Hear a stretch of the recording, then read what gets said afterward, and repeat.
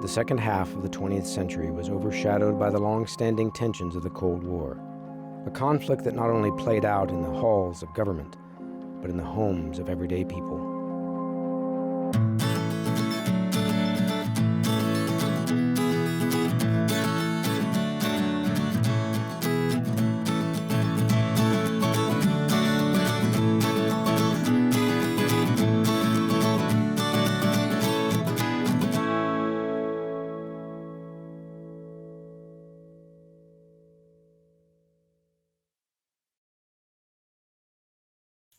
Hi, my name is Ed Lowry, producer of Cottonwood Connections, here with Don. We're on our second episode of Kansas and the Cold War. In our first episode, we talked the bigger picture of the global conflict and how that brought very large forces to bear within Kansas and the Great Plains.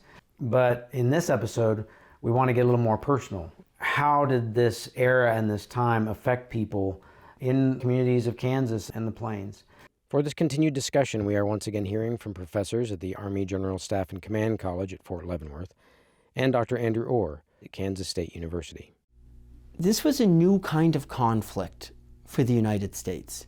The U.S. had never really been in a struggle like this, where there are clear foreign enemies, is you need to prepare for a hot war against them, but you're also locked in a non-shooting struggle simultaneously. And so the first thing federal officials did was to fall back on what they'd done in World War I and World War II. They remembered that. And so they did a lot of the kinds of things that they'd asked people to do before. You know, make sacrifices for the war effort, but you can't really bring back rationing because there's no end to this struggle. And so you do things to try and engage public morale. One of the tensions in the early part of the 1950s, you have a change in the scale of destruction when you go from fission weapons to thermonuclear weapons, fusion weapons. One of the difficulties in talking about what is civil defense, when you have the ability to destroy a city like New York City with a bomb, how much does a bomb shelter help out? And it's not the case that they're completely useless, and it's also the case that maybe they're not as effective as people want them to be. But there is a sense that the government has to give something for people to do. You don't want this fatalistic view of, well, I guess if we're going to get irradiated or we're going to get destroyed, there's nothing I can do. And so you have some efforts, turn your tornado shelter into a bomb shelter. They'll mark public buildings with sufficiently reinforced basements as fallout shelters, and so you know where to go. And then of course there's the duck and cover educational videos that we all see. You might be eating your lunch when the flash comes. Duck and cover under the table. Then, if the explosion makes anything in the room fall down, it can't fall on you. Nuclear weapons are obviously on the minds of a whole lot of people, and the fear that there might be a Soviet attack on our hometown. And so, to your point, one of the ways that you engage the civil population is through civil defense, particularly early warning. There were no radars that covered the entire northern part of, or northern region of the United States. And so there could very well be a sneak attack of Soviet bombers flying over the North Pole and Canada and dropping bombs on the United States. And so the Air Force sets up this civil defense organization called the Ground Observer Corps. And so Kansas does become one of those states that has an active Ground Observer Corps commitment. And the way that works is every small town is charged and challenged to establish a post, staff it, and then report any aircraft that they see to the Air Force. And any aircraft that they can't identify, the Air Force is going to scramble a jet and go up and take a look at it.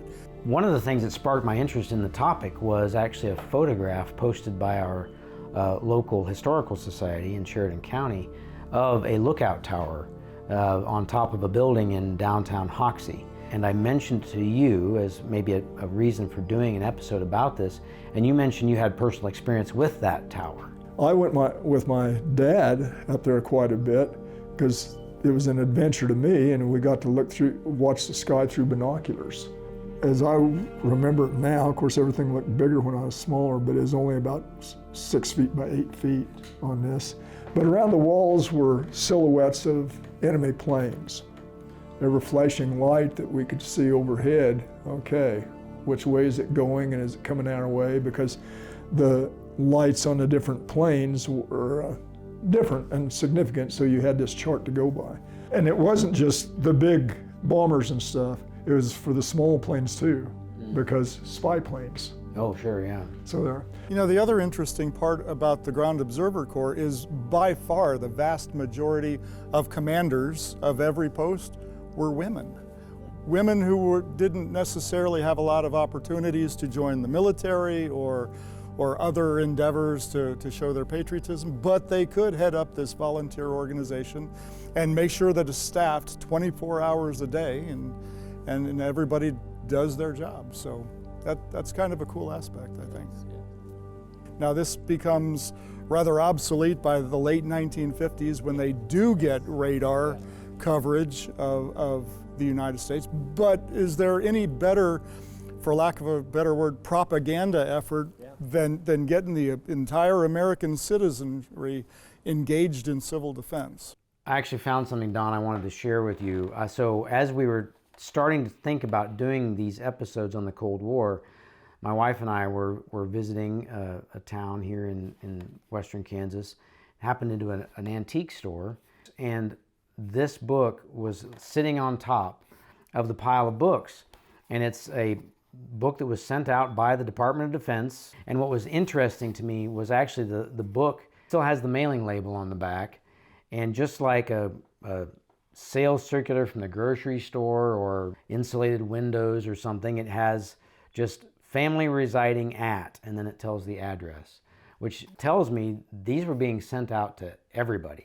This was not just about what big governments were doing. They were involving everyday people. Yeah, and you talked about it in the schools at this time. I see the date on this is 1966. Yes. They talked about it and they were working things in your science classes. They'd talk about radioactivity. They worked that into the education, shelter planning.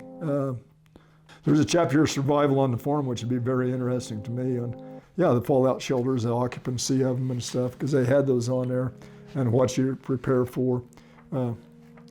But being in the plains, in a way, it was a modification of your tornado shelters. That if you went to the hidey hole or the cellar, you had food in there and you would take water with you and things like that until the danger was over. But you'd be checking there for radioactivity and all this sort of thing with the nuclear bombs.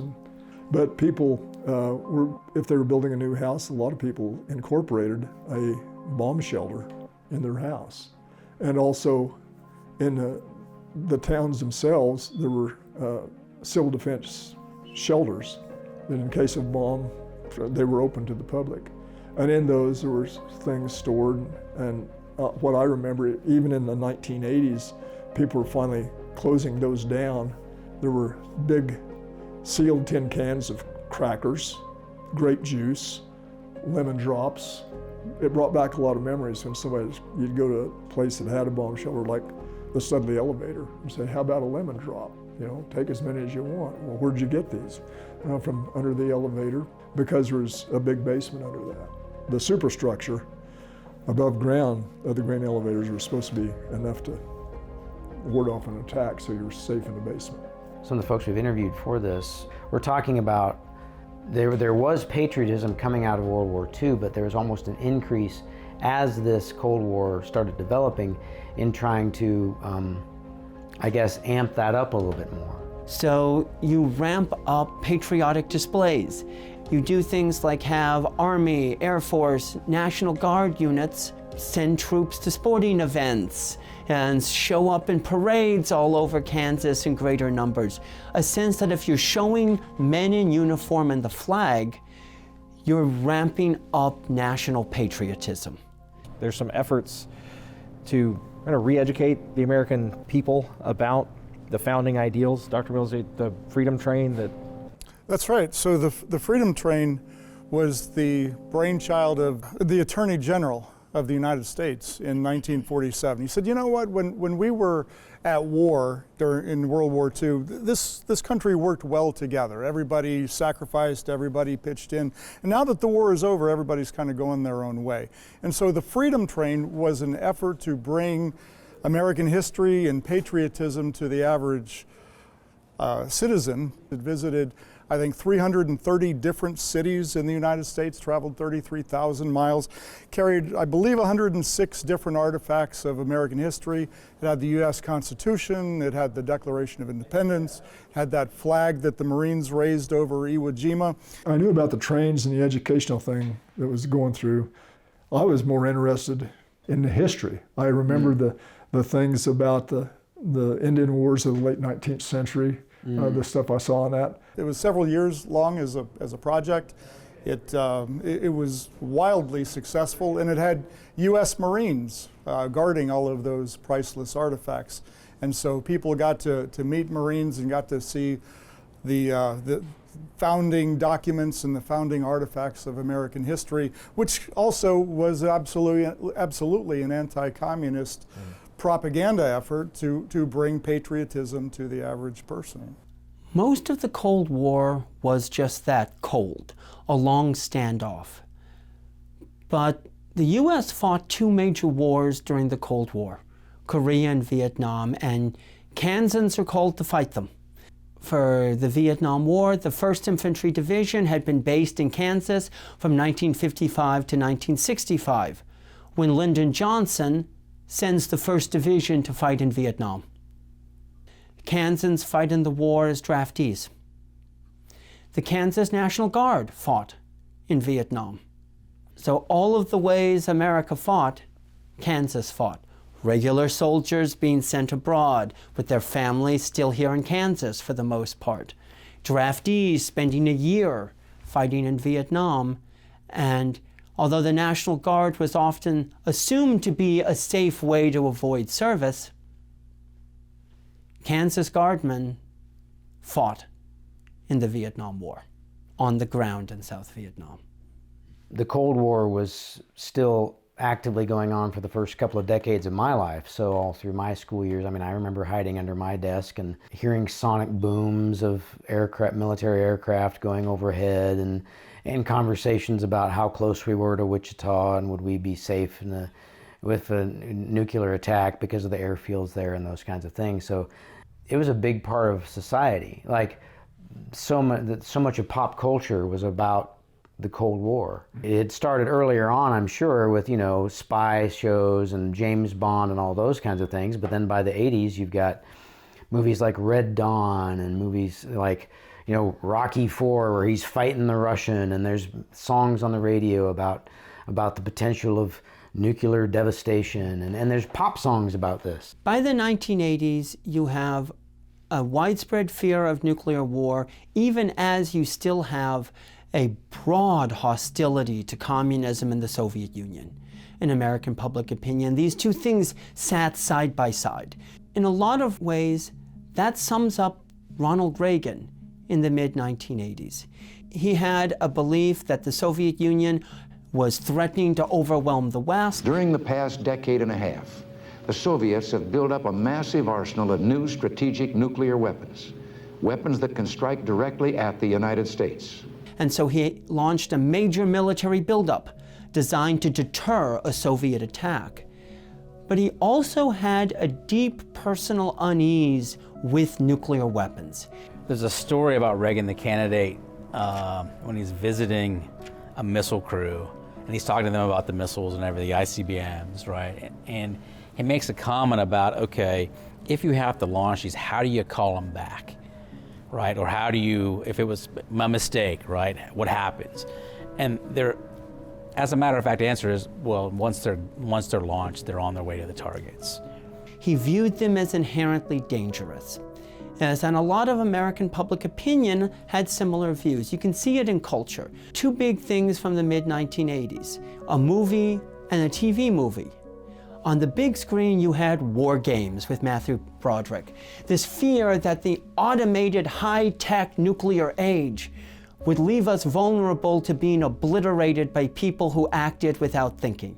There was one movie in particular, as a school kid in Kansas in the 80s, that was just particularly significant to us because it had been, we understood, produced, made in Kansas. And it was a made-for-television movie called The Day After. It's hard to understand how influential a TV movie could be looking back now. Today, broadcast television has a fairly small audience. But in 1983, most people had access to 3 to 6 TV stations. But here you had a network TV movie about nuclear war. We know war starts in the movie because people in Kansas can see the ICBMs launching. And I just remember going to school the day after that showed, and my family hadn't watched it. I don't know, or they hadn't let me watch it. I don't know if they thought I was too young or what. It really follows what happens afterwards. People recovering from destroyed cities, dealing with death.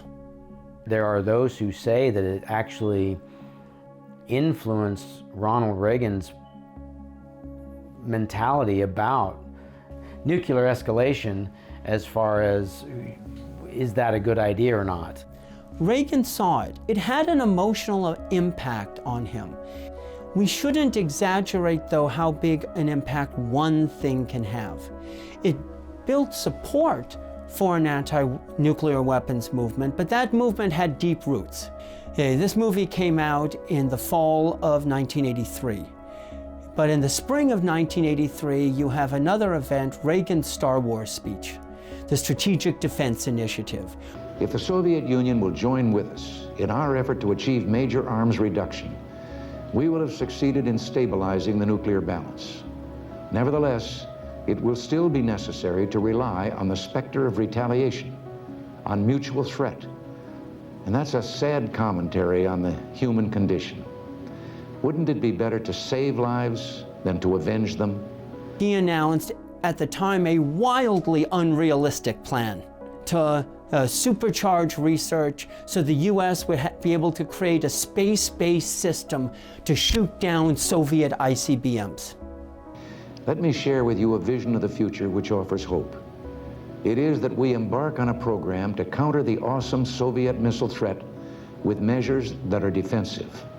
Let us turn to the very strengths in technology that spawned our great industrial base and that have given us the quality of life we enjoy today. It's unrealistic. It terrified the Soviets, who weren't entirely sure the US couldn't do it. So there was a lot of fear in Moscow. Gorbachev was worried about it, and that drove him in his negotiations to some extent. But we can see Reagan pushing it because he wants to make nuclear weapons obsolete. Yeah, I think there's a lot of mythology with Reagan's Strategic Defense Initiative.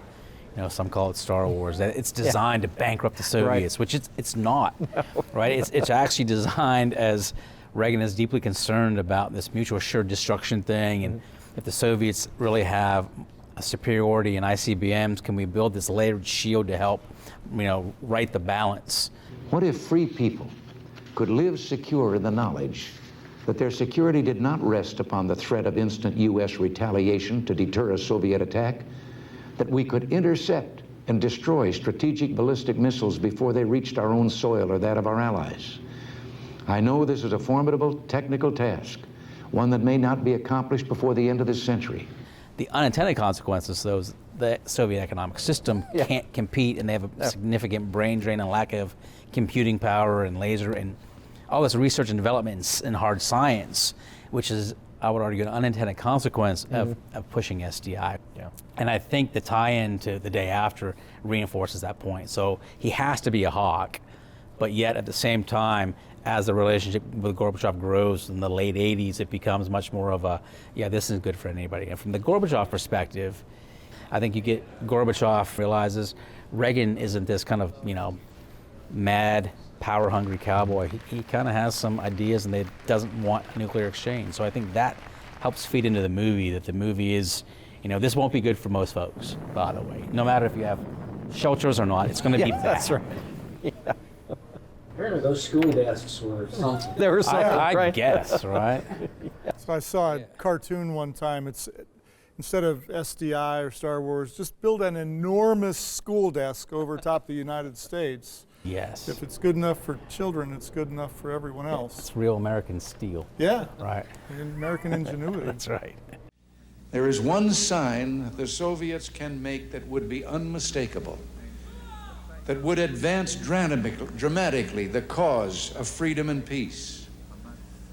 General Secretary Gorbachev, come here to this gate. Mr. Gorbachev, open this gate. There are a number of competing theories about how and why the Cold War ended as it did. But there are some pieces that are common to almost every scholarly understanding of how the war ended. And that is that fundamentally the Cold War ends because the Soviet Union begins to fall apart under the stress of competition, and most scholars think the inherent weaknesses inside the Soviet Mr. system. Gorbachev, tear down this wall. You see evidence in the 1960s. Now already this is a system that can't last. But even in 1988, there aren't national security professionals in the United States saying, hey, this thing's on its last legs. But yet by 1992, it's gone. Much of American military history before the Cold War had been built on relatively short, sharp conflicts.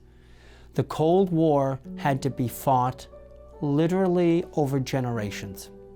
The Cold War lasted 45, 46 years or so. It's been over almost that long, but it impacts so much of what we're dealing with today, the alignment of nations and the grudges among nations, and it is still very relevant trying to figure out why we are where we are today, and it's not just a historical artifact. Kansas looks different than it would have without the Cold War. Before the Cold War, the military establishment in Kansas was pulling back. McConnell Air Force Base was shut down after World War II. It's reopened for the Stratojets, strategic bombers, and survives to this day as part of America's strategic air power posture. The 1st Division didn't have to come back to Kansas.